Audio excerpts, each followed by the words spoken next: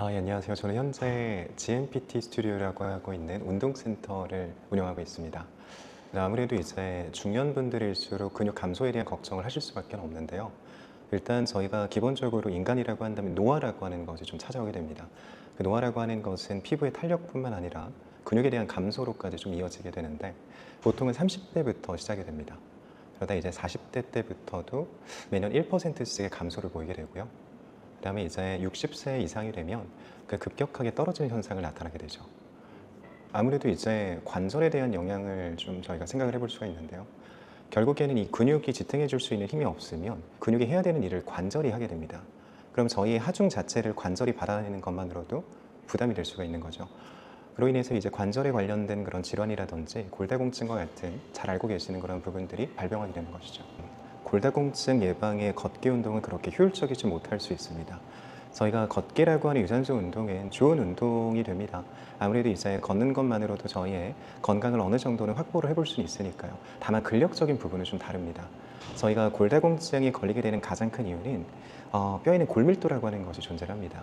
근데 그 골밀도가 촘촘해야지 건강한 뼈고요. 그 골밀도 자체에 구멍이 송송 뚫리게 되는 것을 저희가 그게 심해지면 골다공증이라고 얘기를 합니다. 이처럼 이 뼈 자체가 튼튼해지게 만드는 데에는 부하라고 하는 것이 필요한데 걷기만으로는 그 부하를 만들어내는 게 좀 어려운 것이죠. 부하라고 하는 것은 결국에는 이 뼈 자체에 있어서 견딜 수 있는 힘을 얘기하는 것인데요. 저희가 저희의 체중을 견디는 것도 이제 부하라고 볼 수가 있지만 이거는 하중 정도인 것이고요. 저희가 이 근육 자체를 결국에는 걷기의 움직임뿐만 아니라 근육이 완전히 늘어났다가 줄어드는 움직임을 통해서만 이 근육이 성장이 가능하다는 것이죠.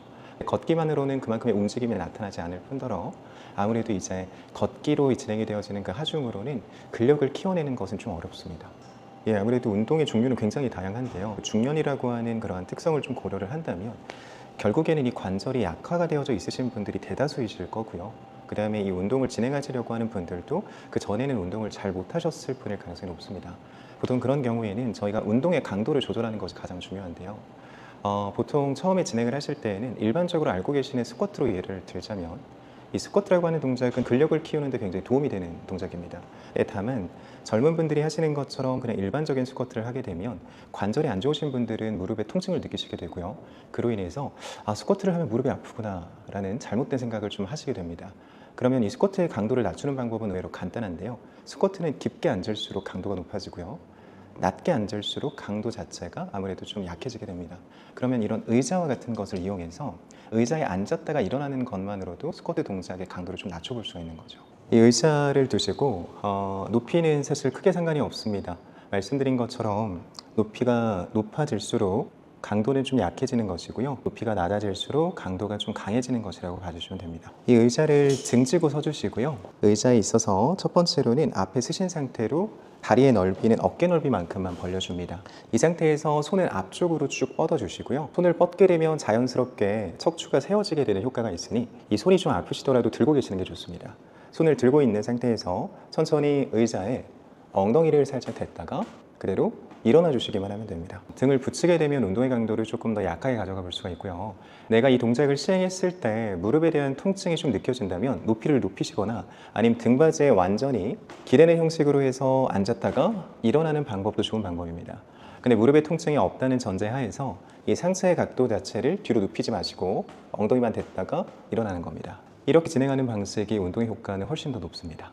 이 무릎 자체의 건강에 따라서 좀 달라질 것 같기는 한데요. 일단 저희가 무릎을 보호하기 위해서 많은 분들이 이 허벅지 앞쪽만을 좀 생각을 하십니다. 근데 실제로 무릎 자체의 안정성을 도와주는 근육은요, 햄스트링이라고 하는 뒤쪽 근육의 역할이 훨씬 더 큽니다. 그래서 햄스트링 위쪽에는 이제 엉덩이 근육이라고 하는 대근육이 또 존재를 하거든요. 저희가 엉덩이 근육과 햄스트링을 동시에 발달시킬 수 있는 동작 또한 도움이 많이 되죠. 그 중에서는 이제 ong덩이를 들어 올리는 동작인 힙 브릿지라고 하는 동작이 있습니다. 매트나 바닥에서 좀 진행을 해보시면 되고요. 네, 그 동작을 통해서 엉덩이라든지 허벅지 뒤쪽을 손쉽게 강화를 해볼 수 있습니다. 무릎뿐만이 아니라 이 허리 주변부에 통증이 있으신 분들이라든지 허리 주변부가 좀 안 좋으신 분들도 허리에 부담 없이 엉덩이하고 허벅지 뒤쪽을 키워볼 수 있는 동작입니다. 운동을 통해서 혈당이라든지 혈압을 조절하는 능력이 좀 좋아지게 되는데요. 그 이유는 생각보다 단순합니다. 저희가 이제 운동을 하는 도중에 이 혈관 자체가 일시적으로 확장이 됩니다. 그럼 그 확장이 된 혈관으로 인해서 혈액에 대한 운반이 잘 이루어지게 되겠죠. 좀 빨라지기도 할 것이고요. 그럼 이는 곧 이제 혈액순환이 잘 된다라고 표현을 할 수가 있습니다. 그러면 이 혈관 자체가 확장이 되어진 상태에서 혈액이 잘 운반이 되어지니 혈액순환이 잘 되게 됨으로써 이제 혈압에 대한 조절 능력이 좋아지게 되는 것이고요. 그 다음에 혈당 같은 경우에도 저희가 근력 운동을 진행을 하게 되면 자연스럽게 포도당이라고 하는 부분을 에너지원으로 사용하게 됩니다. 그걸 에너지원으로 사용하는 과정에서 혈당에 대한 조절 능력이 좋아지게 되는 것이죠. 많은 분들께서 이 운동을 한다라고 한다면 뭔가 특정한 공간, 그 다음에 내가 이 시간 자체를 충분히 할애해야 된다고 많이들 생각하시는데요. 사실 저희가 건강을 위한 근력은요, 생각보다 그렇게 많은 시간이 필요하지 않습니다. 그리고 공간에 대한 제약도 필요하지 않고요. 저희가 한 번에 많이 하는 것보다는 조금씩 자주 하시는 것이 좋은데요. 보통 10분 정도만 투자하시면 됩니다. 예, 맞습니다. 네. 그러면 그 5분에 대한 설정을 어떻게 하냐? 단순한데요. 저희가 이 의자를 대고 스쿼트를 진행을 할 때에는 한 번 하실 때마다 15회 정도로 이제 구성을 하셔서 그거를 이제 3번 정도만 반복을 해주시면 되고요. 네, 그 3번을 반복하시는 동안 5분 정도면 끝나실 겁니다. 물론 쉬는 시간을 조금 짧게 가져가 주시는 게 좋겠죠. 30초에서 1분 정도로만 쉬는 시간을 설정하셔서 3번의 반복을 해주시면 되고요. 힙 브리지도 마찬가지로 한 번 하실 때 15회 정도로 설정하셔서 3번만 반복해 주시면 됩니다. 네, 그럼 일단 스쿼트 동작부터 먼저 한번 보여드릴 텐데요. 자, 말씀드린 것처럼 다리는 어깨 넓이로 벌려주시고 손을 반드시 앞쪽으로 쭉 뻗어주세요. 손을 그대로 유지하신 채로 천천히 엉덩이를 의자에 댔다가 그대로 일어나 주시기만 하면 됩니다. 하나, 다시 엉덩이를 댔다가 그대로 일어나 주시면 됩니다. 둘, 셋, 넷. 근력 운동을 진행할 때 이 속도에 대한 부분은 목적에 따라 좀 다를 수가 있는데요. 예를 들어서 저희가 몸을 쓰는 스포츠 업종을 가지신 분들이라면, 예를 들어서 축구나 럭비와 같은 가격한 운동을 하고 계시는 분들이라면 이 순간적인 순발력을 위해서 속도를 빨리 하는 경우가 있습니다. 근데 저희가 그러한 특수한 상황이 아니라고 한다면 이 근육 자체를 사용하는 데 있어서 익숙하지 않으신 분들은 속도가 빨라지게 되면 빨라지게 될수록 근육이 아닌 관절을 사용하게 될 확률이 높아집니다. 즉 근육이 늘어날 수 있는 시간을 줘야 하고요, 수축할 수 있는 시간을 줘야 합니다. 이런 사유로는 근육 자체가 늘어날 때는 속도를 천천히 갔다가 올라오는 순간에는 조금은 빠르게 올라오는 것이 맞지만, 실제로 저희가 운동을 진행할 때 중년층 이상의 분들은 앉으실 때도 일어날 때도 속도를 조금 천천히 가져가 주시는 것이 좋습니다. 그렇게 운동을 해야 관절의 부담을 좀 줄이고 저희가 실제로 강화하고 싶은 그 근육을 한번 써볼 수가 있는 것이죠. 권장드리는 쉬는 시간은요 30초입니다. 근데 이 15개가 쉬우신 분도 있으실 거고요, 좀 어려우신 분도 있으실 거예요. 근데 보통은 이제 진행을 해보시게 되시면 15회라고 하는 숫자가 그렇게 쉬운 숫자만은 아닙니다. 그러면 이제 본인의 개인 차에 의해서 내가 너무 힘들다 싶으면 개수를 좀 조절해 주시면 돼요. 그럼 10개 정도까지 좀 낮춰주시는 것도 방법이고요. 그리고 10개 밑으로 좀 떨어지는 것 같다 싶으시면 애초에 높이를 좀 높이셔서 강도를 좀 낮추는 것도 하나의 방법이죠. 자, 똑같이 손 앞쪽으로 뻗어주시고 천천히 엉덩이 터치했다가 그대로 일어나 줍니다. 다시 천천히 엉덩이를 터치해 주시고요. 그대로 일어나 주시기만 하면 됩니다. 매트나 바닥에 누우신 상태에서 등을 대고 누우시고요. 이 상태에서 저희가 이 다리의 위치가 중요합니다. 이 다리 자체를 엉덩이 근처로 끌어당겨 주시는데, 이때 중요한 것은 무릎의 각도를 90도를 먼저 만들어 주시는 것이 좋습니다. 그리고 다리의 넓이 또한 어깨 넓이 정도로 벌려 주시고요. 벌려 주신 상태에서 편안하게 누워 줍니다. 이때 양쪽 손은 그냥 엉덩이 옆으로 놓아 주시고요. 이 상태에서 그냥 엉덩이를 들어 주시면 됩니다. 이때 무릎하고 머리가 일직선상이 되도록 만드는 것이 중요하고요. 만들어 주셨다면 천천히 내려갑니다.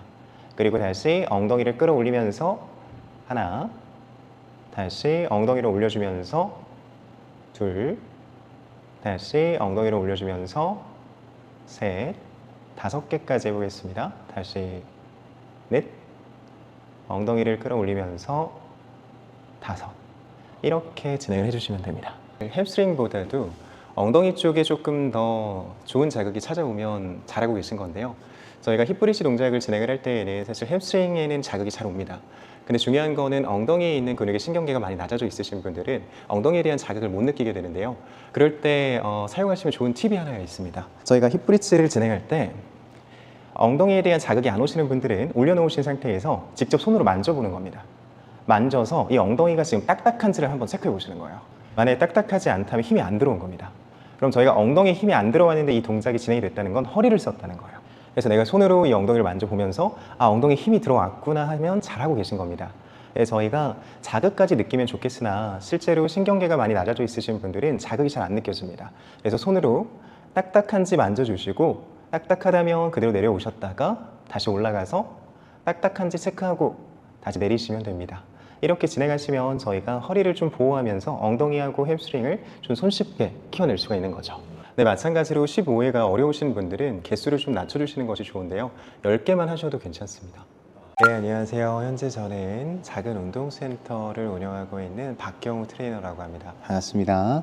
무릎 통증을 없애는 방법이 가장 확실한 방법 중에 하나는 근육이죠. 저희가 이 무릎 통증에 대한 원인을 복합적으로 봐야 되긴 하지만 요즘 들어 가장 크게 무릎 통증을 발생시키고 있는 원인으로는 근육을 꼽을 수가 있습니다. 체중 자체가 증가되면 저희가 상식적으로 생각을 해봐도 무릎에 가해지는 부담은 점점 더 커질 수밖에 없습니다. 그럼 왜 그렇게 이 체중 자체를 줄이라고 하냐? 정말 단순한데요. 걸을 때만 하더라도 저희의 몸은 하중이라고 하는 것을 지탱하게 됩니다. 몸의 이 하중을 지탱하는 것은 생각보다 무릎이 많은 힘을 발생시킬 수밖에 없는데요. 체중을 지지하는 부담은 무릎에서 느껴지는 것의 체중의 3배에서 5배까지 크게 느껴지게 됩니다. 그러면 그 말은 즉슨 체중 1kg를 감량을 하게 되면 무릎에서 느끼는 부담은 체감상 3kg에서 5kg 정도가 부담이 줄어들게 된다는 것이죠. 체중 감량을 하시는 것을 권장드리고 이제 말씀드리는 것입니다. 앉아있을 때에도 무릎이 아프거나 서 있기만 해도 무릎이 아프다, 혹은 걸어 다닐 때에도 무릎이 아프다 하신다면 그때는 운동을 하지 않으시는 것을 권장드리고요. 왜 권장을 하지 않느냐? 단순합니다. 저희가 앉아만 있어도 아프다라고 하는 것은 관절 주변에 염증이 생겼다는 것입니다. 염증이 있으면요, 저희는 휴식을 취해야 하는 것이지 운동을 해야 하는 것이 아닙니다. 이러한 사항들을 종합적으로 봤을 때 걷거나 아니면 다른 생활을 할 때 나는 통증은 없어 라고 하신다면 그럼 누구라도 운동을 하실 준비가 된 겁니다.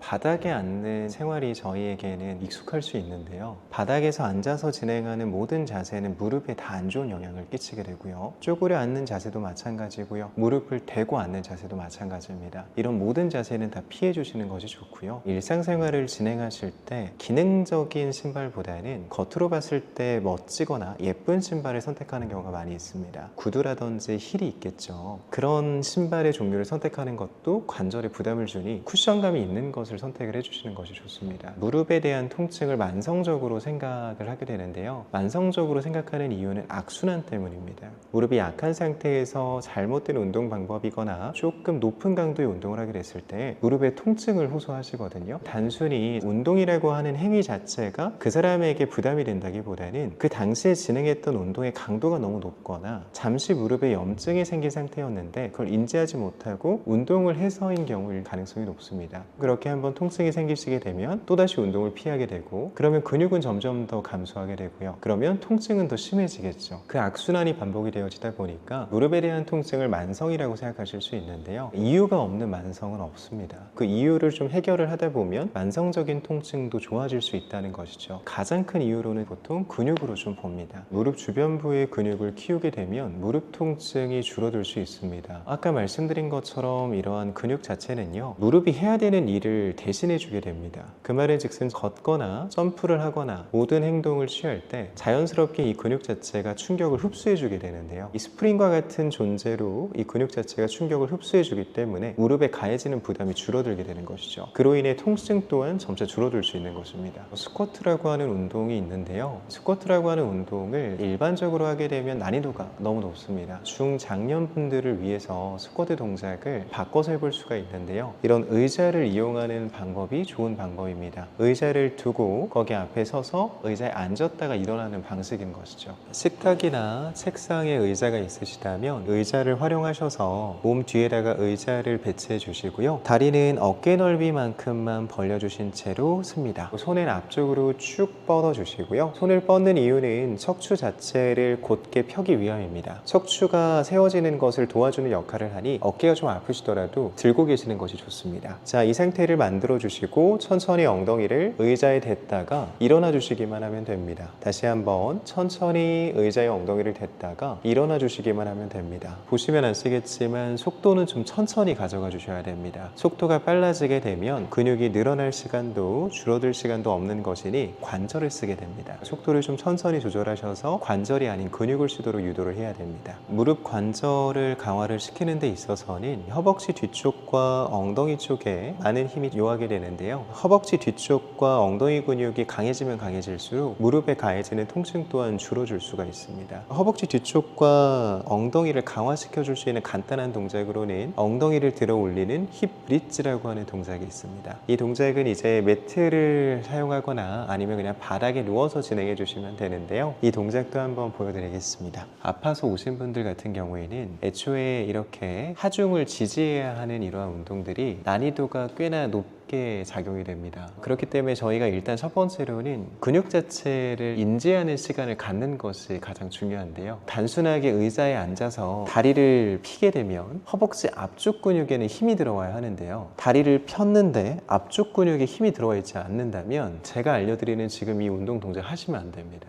보통 그런 경우에는 제가 말씀드린 것처럼 운동을 할 수 있는 상태인지를 체크를 해보셔야 되는데요. 결국에는 이런 운동 동작들이 도움이 되기 위해선 근육이 좀 쓰여져야 됩니다. 그 근육을 쓸 수 있는 상태인지를 먼저 확인을 해봐야 하잖아요. 그 근육을 쓸 수 있는 상태를 확인하는 것은 의외로 간단합니다. 의자에 앉으셔서 다리 자체를 먼저 한번 쭉 펴보십시오. 핀 상태에서 내가 이 허벅지 앞쪽을 손으로 만져서 힘이 들어가고 있는지를 체크해 보셔야 돼요. 힘이 들어가고 있다면 좀 딱딱해졌을 것이고요. 근데 이렇게 올렸음에도 불구하고 말랑말랑하신 분들이 있으세요. 말랑말랑하다면 이 허벅지 앞쪽 근육 자체의 근육의 신경계가 완전히 죽은 것이거든요. 그러면 저희가 이런 근력 운동을 하시면 안 돼요. 분명 그 상태까지 가셨다면 혼자서 운동하는 것은 불가능합니다. 전문가하고 같이 운동을 하시는 것이 좋고요. 전문가 중에서도 재활을 전문적으로 하시는 분들이 있으실 거예요. 그분들을 찾아가셔서 같이 운동을 하시는 것이 가장 좋습니다. 저의 경우에는 시니어분들이 많이 찾아와 주시고 시니어분들께서도 운동을 하고 싶으시지만 배울 만한 공간을 찾지 못하시는 경우가 참 많거든요. 한 분이 먼저 하셔서 좋은 효과를 먼저 나타나게 되시면 그분으로 인해서 소개로 이제 좀 찾아와 주시게 되시는 거죠. 이러한 연령층이 실질적으로는 예전에 비해서 많이 낮아졌다고는 하지만 보통은 이제 사실 시니어 분들이라기보다는 부모님 세대 분들이 많이들 찾아와 주십니다. 60세부터 65세 구간의 회원분들이 가장 많으시고요. 70세가 넘어가시는 회원분도 계시기는 하지만 70세가 넘어가시는 회원분들은 그렇게 많지는 않으십니다.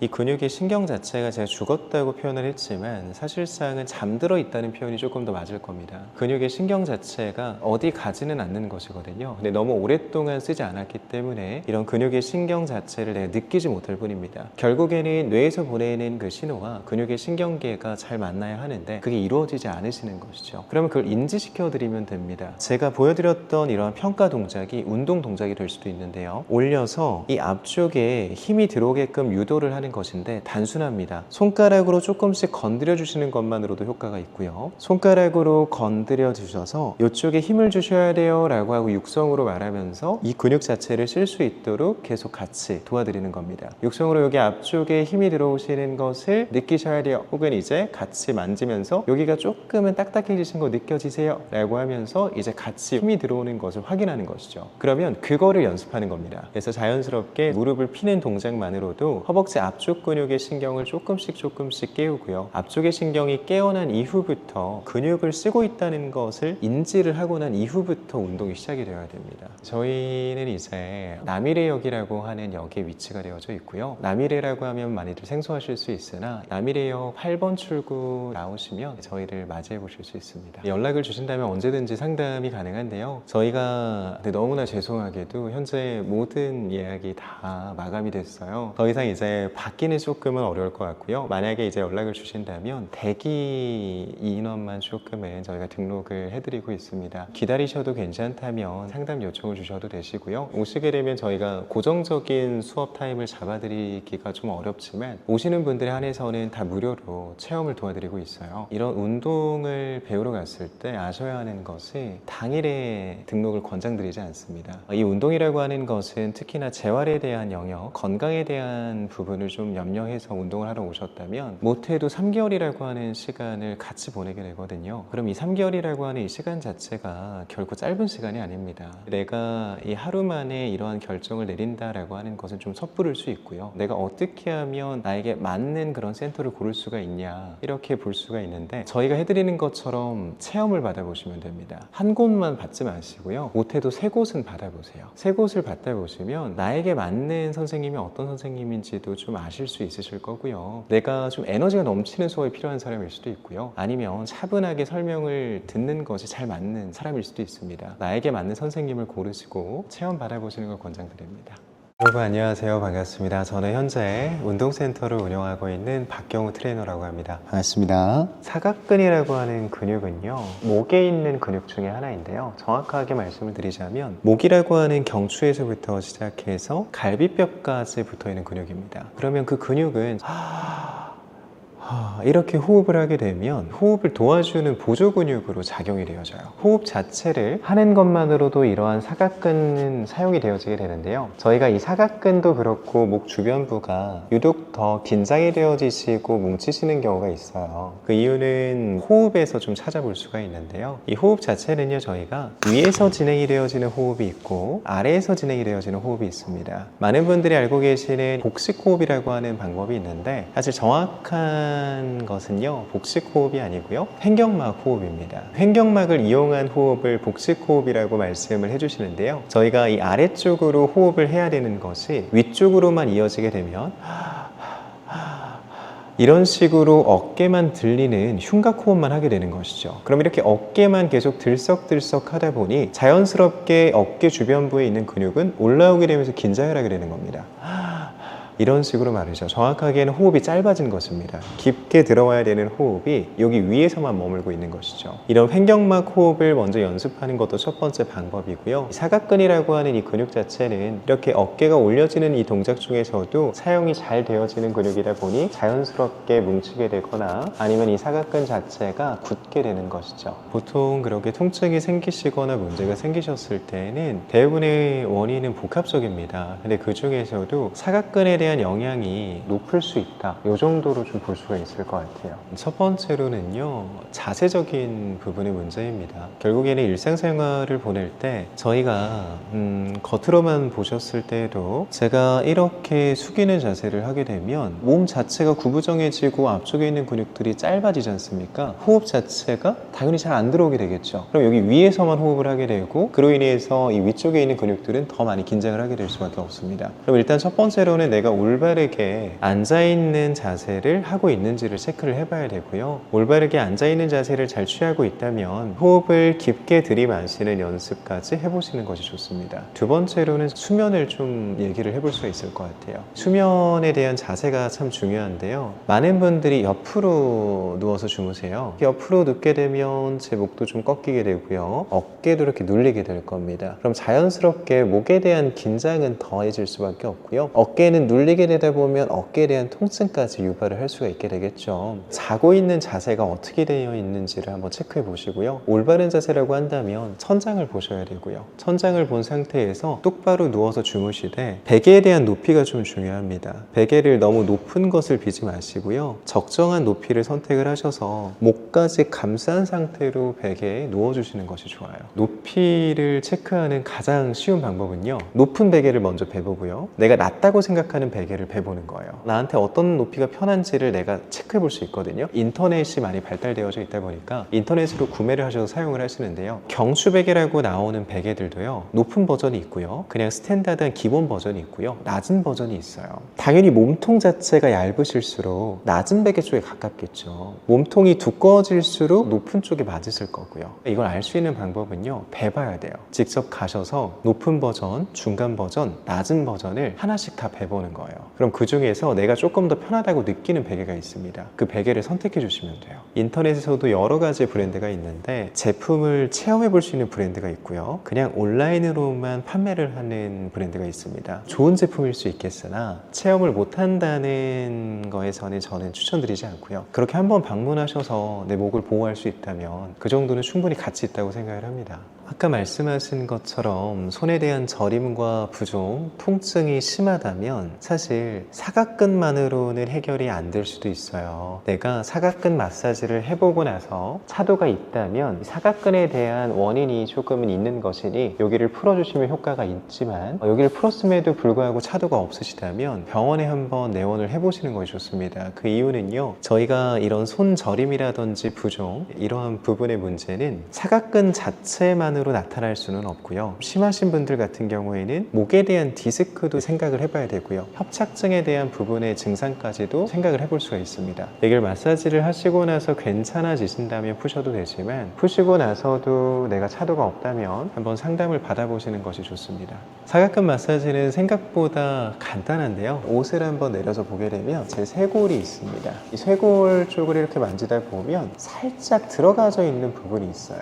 이 부분을 저희가 손가락으로 가볍게 눌러서 살짝씩 문질러 주시는 거예요. 문질렀는데 통증이 없으시다면 손가락의 위치를 조금 더 이동시킵니다. 옆쪽으로 이동시켜서 그대로 눌러주시고 이 자리엔 통증이 있다. 그럼 통증이 있는 자리를 15번에서 20번 정도를 마사지를 해주시는 거예요. 중요한 것은 압력 자체가 약해서는 안 됩니다. 손가락이 어느 정도는 들어갈 수 있게 힘을 주시고 그 상태에서 눌러봤을 때 통증의 유무를 판단하셔야지, 누른 상태에서 내가 가볍게 눌러놓고 통증 없는데 라고 하신다면 잘못 촉진하고 계신 거예요. 내가 눌렀을 때 통증이 없다면 약하게 누르고 있을 가능성이 높아요. 그러면 통증이 강할수록 좋나요? 라고 하실 수 있는데 그렇지는 않아요. 통증 자체가 있기는 하지만 견딜만 하다 하는 압력으로 누르셔서 15번에서 20번 정도를 눌러주시는 거예요. 조금 통증은 있지만 이 정도는 견딜만 하다 하시는 강도로 누르셔서 15번에서 20번 정도 마사지를 해주십시오. 좋지 않은 자세를 일상생활에서 계속 유지하신다면 마사지라든지 스트레칭 혹은 조금 더 넘어가서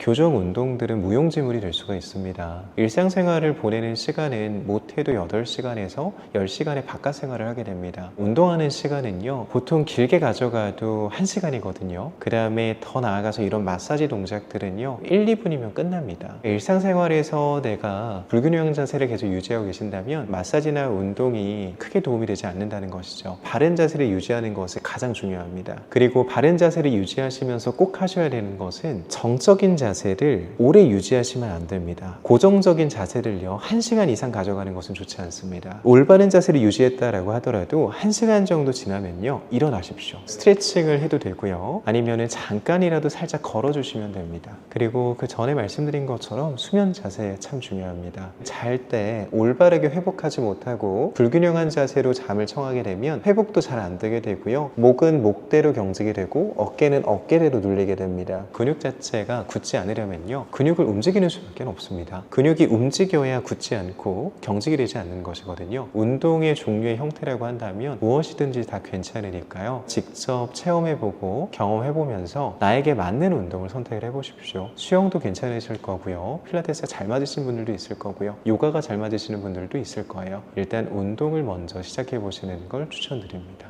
네, 안녕하세요. 저는 현재 미래에서 GMPT 스튜디오라고 하는 운동센터를 운영하고 있는 박경우라고 합니다. 반갑습니다. 실제로 요즘 시니어분들이 많이 좀 찾으시는 편이시죠? 네, 맞습니다. 안 그래도 최근 들어서 시니어분들이 많이 문의도 주시고요, 실제로 방문하셔서 저하고 수업도 같이 진행을 해보고 있습니다. 예전에는 적게 먹고 운동하면 살이 빠진다 이런 얘기가 좀 많이 있었는데 그게 요즘 통하지 않는다고 하던데 그게 왜 그런지 혹시 아시나요? 젊었을 때와 지금의 모습을 조금은 생각을 해보면 쉽게 답이 나오는데요, 저희가 어렸을 때는 이제 적게 먹고 더 많이 운동하면 체중에 대한 조절이 잘 된 경험을 한 번씩 해보셨을 거예요. 나이가 들어가게 됨에 따라서 아무래도 노화라고 하는 것이 진행이 되고요, 그로 인해 근육의 감소 또한 찾아오게 됩니다. 근육의 감소라고 하는 것은 대사량의 감소로까지 좀 이어지게 되거든요. 대사 자체가 감소하게 되면서 자연스럽게 소모가 되어지는 열량 또한 적어지게 되는 것이죠. 예전에 비해서 똑같이 먹었지만 소모가 되어지는 열량이 적어지게 되니 살이 좀 더 잘 찔 수밖에 없는 것이죠. 중년이 넘어가면은 뱃살이 진짜 안 빠지는데 혹시 이유가 뭘까요?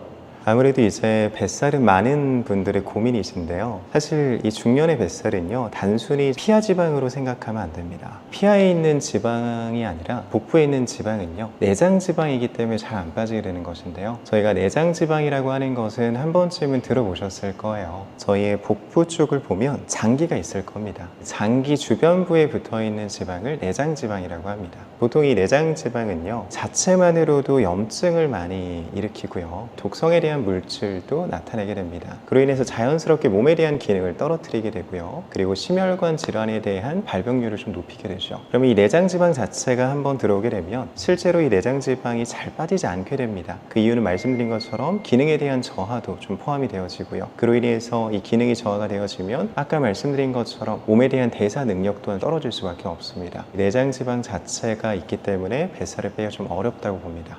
내장 지방은 왜 생기는 걸까요? 단순하게 보면 저희가 적게 움직였기 때문이고요. 그 다음에 이렇게 지방에 대한 전환이 빠른 정제 탄수화물을 너무 많이 먹었기 때문입니다. 정제 탄수화물은 어떤 종류가 있을까요? 대표적으로 이제 알고 계시는 것 중에 흰쌀밥이 있을 것이고요, 흰색으로 된 빵도 있을 것이고요, 식빵이겠죠. 그 다음에 이제 흔히 아침에 많이들 드시는 시리얼 또한 마찬가지입니다. 그런 정제 탄수화물이 아닌 좋은 원료로 해서 복합 탄수화물 개념으로 시리얼을 많이들 만들어내고 계세요. 그런 시리얼은 오전에 좀 드셔도 괜찮습니다. 요즘 사람들한테 유행하는 것 중에 하나가 간헐적 단식이라고 있는데 진짜 그 뱃살을 빼는데 효과가 있나요? 제 회원분들도 간헐적 단식에 대해서 많이들 여쭤보시는데요. 저는 간헐적 단식을 권장해 드리는 경우도 있고요, 간헐적 단식이 맞지 않으시는 분들에게는 저희가 흔히 알고 있는 세 끼를 먹는 식단으로 해서 구성을 해드리고 있습니다. 그럼 간헐적 단식이 효과가 있냐라고 하냐면 효과가 있습니다. 간헐적 단식의 효과가 있는 이유는요, 저희가 단식이라고 하는 것을 진행을 하게 되면 몸 안에서 일어나는 현상 때문인데요, 저희가 간헐적 단식을 통해서 몸 안에서 일어나는 현상을 오토파지라고 합니다. 오토파지라고 하는 현상이 일어나게 되는데, 말이 좀 어려워서 그렇지 그냥 그대로 해석하면 스스로 먹다입니다. 스스로 먹는다라는 것인데, 뭘 먹느냐라고 하냐면 저희 몸 안에는 세포가 있겠죠. 그 세포 자체가 기능적으로 좀 떨어진 세포가 있을 겁니다. 좋은 세포가 있을 것이고요, 좋지 않은 세포가 있을 것입니다. 그럼 그 좋지 않은 세포를 분해시켜서 에너지로 재생산시키는 것을 오토파지라고 합니다. 그럼 이 현상이 일어나게 되면 자연스럽게 기능이 떨어져 있는 세포들은 사라지고 기능이 좋은 세포들로 구성이 되겠죠. 그로 인해서 저희의 몸에 대한 기능이 좀 좋아지게 되면서 아까 말씀하신 것처럼 이런 내장 지방을 빼내는 데에도 좀 효과가 좋아지게 되는 것이죠.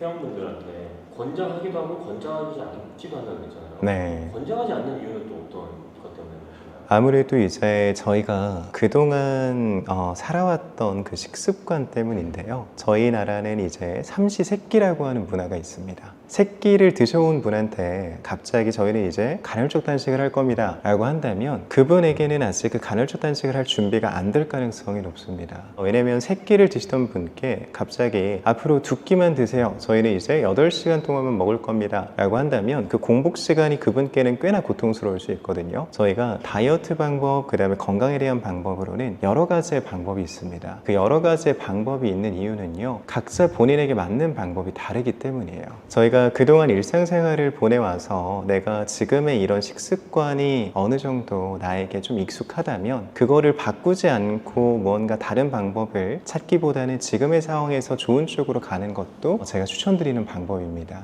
간헐적 단식을 시도해 보셔도 되지만 시도와 동시에 내가 그 방법 자체가 너무 힘들다고 느껴지신다면 억지로 고집하실 필요는 없습니다. 3끼 정도의 식사를 구성하시고 3끼를 좀 건강하고 영양소가 좀 잡힌 식단으로 구성을 하시고요, 그 다음에 적절하게 내가 운동을 진행을 해주는 것이 훨씬 더 좋습니다. 정제 탄수화물을 이제 먹지 말라고 하셨는데 첫 끼에는 어떤 걸 먹는 게 제일 좋을까요? 뱃살을 빼는 데 있어서는? 첫 끼는 꽤나 중요하게 볼 수가 있는데요. 왜냐면 내가 이제 일어나서 활동을 시작하기 전에 처음으로 먹는 음식을 저희는 첫 끼라고 얘기를 합니다. 첫 끼를 어떤 것을 먹게 되냐에 따라서 혈당에 대한 조절 능력에서의 차이가 나타나기 때문인데요. 저희가 정제 탄수화물을 피하라고 말씀을 드리는 이유는 혈당 자체가 너무 급격하게 올라가기 때문이에요. 혈당이 급격하게 올라온 만큼 이 혈당이 급격하게 떨어집니다. 그럼 급격하게 올라온 이러한 혈당은 지방으로의 전환이 빨라지게 되고요. 그런 지방으로의 전환이 개선이 빨라지는 것은 아까 말씀드린 것처럼 내장 지방으로 축적될 가능성이 높습니다. 그럼 급격하게 떨어지는 혈당은요, 극심한 배고픔을 느끼게 되고요, 컨디션의 저하로 이어지게 됩니다. 저희가 이 혈당 자체를 조금은 잘 조절할 수 있는 음식을 선택해라 라고 하는 것인데, 그러한 음식들은 보통은 복합 탄수화물이라든지 양질의 단백질, 식이섬유, 좋은 질의 지방이 있습니다. 좋은 음식을 선택해서 먹는 것이 혈당을 조절할 수 있는 능력이고요. 오전에 식사를 하게 됐을 경우에는 말씀드린 것처럼 혈당을 높이는 음식은 피해야 하니 정제 탄수화물 쪽은 배제를 하고요. 복합 탄수화물로는 저희가 흔히 알고 계시는 현미밥, 잡곡밥이라든지 통밀빵 이런 것도 조금은 탄수화물군으로 선택을 해보셔도 괜찮고요. 아니면 요즘 많이 드시는 것 이제 오트밀이 있습니다. 오트밀도 도움이 많이 됩니다. 그리고 이제 단백질은 저희가 삶은 계란을 좀 드시면 도움이 되고요. 그다음에 이제 닭가슴살 알고 계시는 것처럼 드시면 좋고, 조금 더 나아가서 내가 이렇게 뭔가를 챙겨 먹기가 좀 번거롭다 하신다면 그릭 요거트에 견과류를 좀 얹으셔서 그렇게 드시는 것도 좋은 아침 식사가 됩니다. 그리고 마지막으로 제가 듣기로는 샤브샤브가 다이어트에 좋다던데 실제로 다이어트 중요해요? 밖에서 외식에 대한 부분을 생각을 안 할 수가 없는데요. 그리고 이제 집에서 건강하게 음식을 먹으려고 할 때 어떤 것을 먹냐라는 질문을 많이 하세요. 근데 이제 저도 마찬가지로 샤브샤브를 많이 추천을 드립니다. 샤브샤브가 왜 좋은 음식이냐라고 하냐면 저희가 재료를 놓고 보면 됩니다. 좋은 재료들로 구성이 되어져 있다는 것이 장점인데요. 양질의 고기와 혹은 해산물을 저희가 양껏 먹을 수 있고요. 그 다음에 신선한 채소들을 통해서 식이섬유 또한 충분하게 섭취해 볼 수가 있습니다. 샤브샤브를 먹을 때는 데쳐서 먹죠. 고기를 데치면서도 자연스럽게 지방이 조금은 빠지게 되고요. 그 다음에 야채를 육수에다가 넣어서 또다시 건져서 먹게 됩니다. 채소는요, 정말 좋은 것이 맞지만 이 채소 자체를 생으로 너무 많이 먹게 되면 위장에 부담을 주게 됩니다. 근데 익혀서 먹는 것이 가장 좋은데 쪄서 먹거나 아니면 데쳐 먹거나, 샤브샤브는 또 데쳐 먹지 않습니까? 그래서 위장의 부담도 줄이면서 저희가 양질의 식이섬유를 충분히 섭취해 볼 수가 있는 것이죠. 대신에 주의해야 되는 사항이 있습니다. 칼국수라든지 이런 밥은 드시면 안 됩니다. 한 가지만 이제 여쭙고 싶은 거는 트레이너님만의 꿀조합이라는 게 그런 게 있을까요? 일단 제가 먹는 방법을 말씀을 드리자면, 첫 번째로는 맑은 육수를 선택을 하셔야 됩니다. 샤브샤브라고 칭하고 허거와 같은 비슷한 종류의 음식들이 많이 나오는데요, 맑은 육수가 아닌 다른 육수를 선택하게 되면 나트륨의 함량도 너무 높고요, 열량 또한 높아질 수 있으니 다이어트 음식과는 좀 거리가 멀어질 수 있습니다. 맑은 육수를 선택하시고, 그 다음에 많이들 소스를 좀 찍어 드시는데요, 저는 사실 샤브샤브를 먹을 때 간장 소스 외엔 다른 건 먹지 않습니다. 간장은 드셔도 되지만 간장만으로는 좀 심심하다 하신다면 와사비를 좀 곁들이시는 것도 괜찮습니다. 마지막으로 이제 뱃살에 대해 고민을 좀 있으신 분들한테 좀 해주고 싶은 말씀이 있다면 어떤 게 있을까요? 중장년 분들이 뱃살 때문에 고민들을 많이 하시잖아요. 사실 뱃살과 더불어서 전체적인 지방 자체는요, 만성적인 염증을 불러일으키고요, 알고 계시는 것처럼 관절에 대한 부담을 가중시킬 수밖에 없습니다. 지방 자체는 시간이 지나면 지날수록 점점 더 빼기가 어려워집니다. 지금 내가 이 영상을 보고 있는 이 타이밍이 어쩌면 가장 빠른 시기일 수도 있습니다. 너무 늦었다고만 생각하지 마시고요, 지금보다 더 늦게 되면 그때 가서는 안 될 수도 있습니다. 적정 체중을 난 벗어난 것 같은데 라는 생각이 드신다면 식사에 대한 부분도 조금은 조절해 보실 필요가 있고요, 지금이라도 운동을 간단하게나마 시작해 보시는 걸 추천드리겠습니다.